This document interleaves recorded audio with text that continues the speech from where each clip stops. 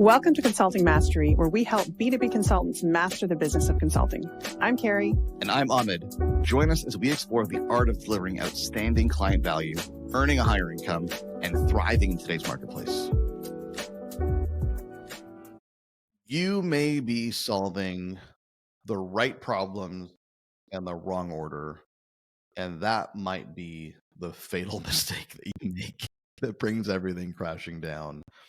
I'm going to be a little dramatic on today's episode. Before I get to the drama, if you're looking for help with your marketing, your business development, your positioning, building a pipeline of prospective clients, and you're a B2B consultant or professional service provider, we can probably help you. But to find out for sure, go to 90daypipeline.com/talk. That's 90daypipeline.com/talk. Had a conversation this morning with a smart consultant who, did a reasonable low six figures last year and says to me, I really want to scale this year. Okay, great. And she says, I spent a good chunk of last year putting the team together. And so I have a bunch of consultants and contractors who are ready to do the work. Like they're ready to get in and they're trained up and I can deploy them on client engagements. So I'm ready to scale. And the other thing I did was I hired a sales agency to help me with my pitch and my deck and, everything that happens once I have a live deal on the table. And they'll help me negotiate and they'll even get involved with me and they'll help me close and all that stuff. Okay, so I've got the consultants to do the work. I've got this sales agency to help me close deals. What I don't have is any deals. I go, huh. And, this to me is, and we'll get into the specific reasons of why this happened, and it's a very common issue. This to me is your classic case of solving the right problem in the wrong order. It's not that these aren't problems that she should have solved. It's that she kind of started backwards. She started with the end first, the consultants, and then worked her way backwards and tried to reverse engineer it. Whereas in the interest of efficiency, maybe do the opposite. It's interesting because, you had this conversation with someone who was interested in potentially working with us, right? Finding a way to find their clients.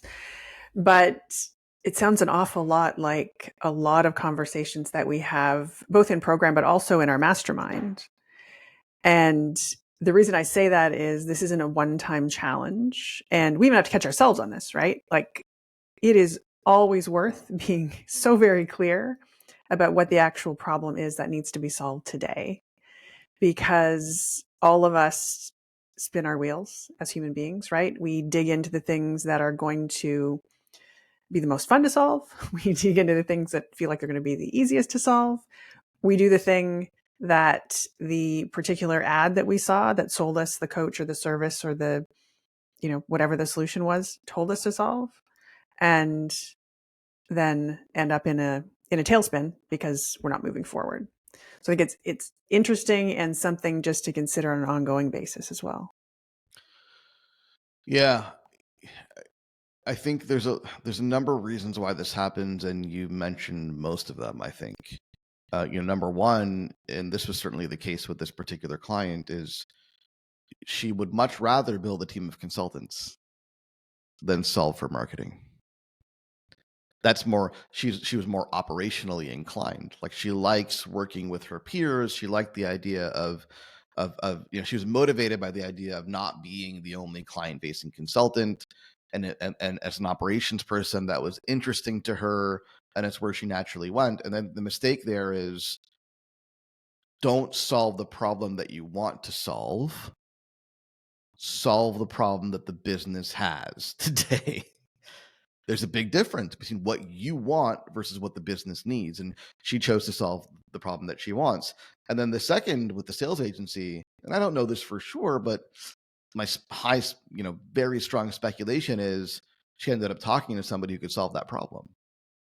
And so she chose to solve it, again, not because the business needed it, but because she had apparently an opportunity to solve it. And that's to your point about I saw an ad about this or I saw this, there's a lot of noise in the marketplace. There's a lot of people trying to convince you that you have a particular problem, which may be true. You may have the problem, but that doesn't mean that that's a problem that you ought to be solving today. I have lots of problems, right? By I mean the business, and me personally, many more, right? So many problems. And I may get pulled in a different direction. I see an ad here, I see a message about this, and it may be intriguing. But at the end of the day, my responsibility as a business owner, as a steward of resources, is to allocate my resources, that is time and money, in the areas that are most urgently needed today. And I think this is the thing, if she works with us, it won't kill her business, right? But this is a real potentially fatal mistake for her. And in my conversation with her, she lost a lot of confidence in the last few months, trying things and feeling she has certain pieces of the puzzle in place and not others. And I think she's genuinely running out of steam. So this could, and I hope it's not the case, but this could very well kill her business simply because she chose to solve the right problems in the wrong order. And I think my point here is, if she was a multi-million-dollar company, no big deal, right? Like you have the cash and the resources and the runway to be able to deal with that. But for the rest of us who are, smaller businesses, you probably don't have that kind of luxury to solve the right problems in the wrong order. Yeah, and I want to add a little bit of nuance to this as well, because I can hear people out in the world, in the audience, right, responding to this and saying, well, wait a minute, what are you saying? I have to only focus on this one thing when I do have this whole list of problems. Yes. The thing to be really, well, yes, but it is probably true that there is more than one problem that needs some kind of attention. But the other place you're really going to get yourself in trouble is overstating the amount of attention that all of those problems need.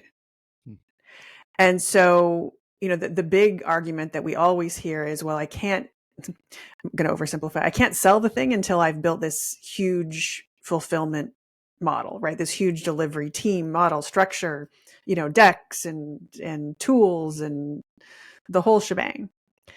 And if you really think about it, my question to those folks when we have these conversations is, what's the minimum thing that you need to have in place to be able to deliver? And they say, well, I need it all. And then we talk a little bit longer. And they say, we need it all. And then we talk about it a little bit longer. And it gets to a place where, yeah, I probably need about 20% of that thing that I was going to spend the next 3 months building. Yeah. So now in 2 days across the next 2 weeks, I can be ready to deliver. And I'm going to spend the time on what I really need to do, which is getting clients in the door so that this thing that I, seem to think that I need to over-engineer can actually be implemented one day. And so, yes, simply speaking, you want to pick one problem. In the real world, you've probably got 2 or 3, but be super clear about where the bulk of your attention needs to go and what can just be kind of minimum viable product. Well, let's get really granular about that.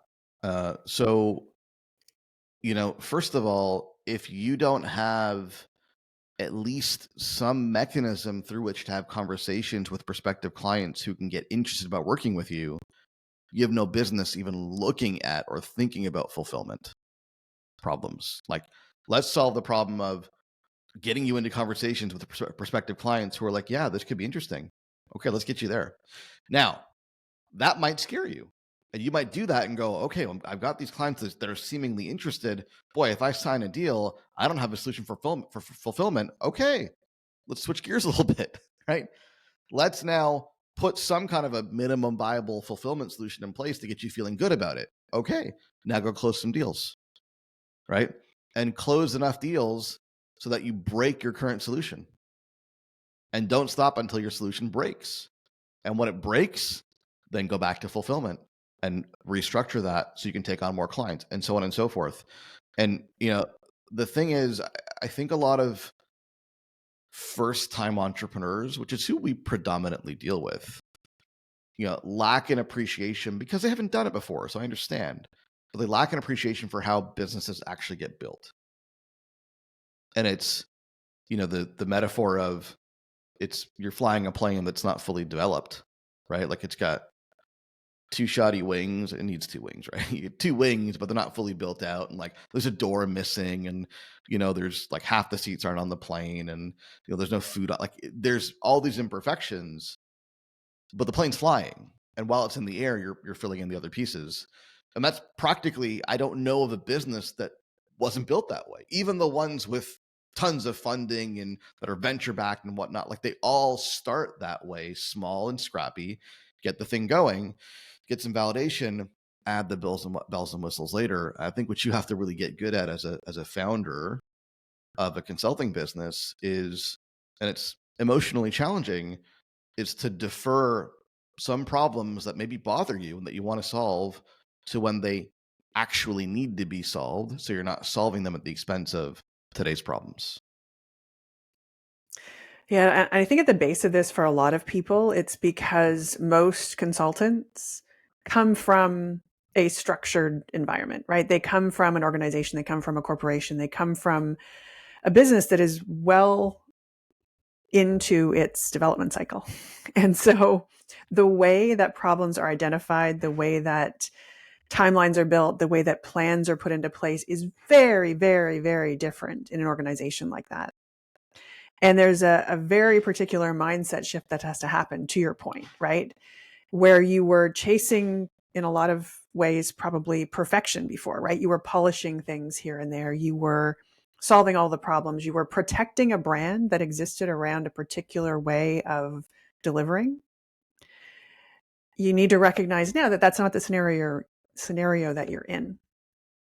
And yeah, the more problems that you can just say, okay, I'm going to set that one aside for now. I know it's still there. I'm going to write it down. I'm going to, do something that lets me feel comfortable enough not pouring all of my energy into it today. That's going to allow you to point yourself in the right direction and really make gains and create momentum in the direction that you want to go. And sometimes it's good to know that it's coming. Like I'm not saying dedicate zero effort to projecting it. I mean, it's like I have a one pager for our business that projects out the problems I'm going to have to solve quarter by quarter this year. I know what the Q1 focus is based on that. I know what the Q2 focus will be based on that. I know what the Q3 focus will be, and based on that, I know what the Q4 focus will be. Now that might change as I progress through the year, but I've projected out what the problems are going to be. What that allows me to do is go, okay, I can solve Q4's problem in Q4. And therefore today I've got it mapped out. It's on a piece of paper, nothing complicated. And that allows me to, I think, have the headspace to solve Q1's problems without getting pulled in too many different directions.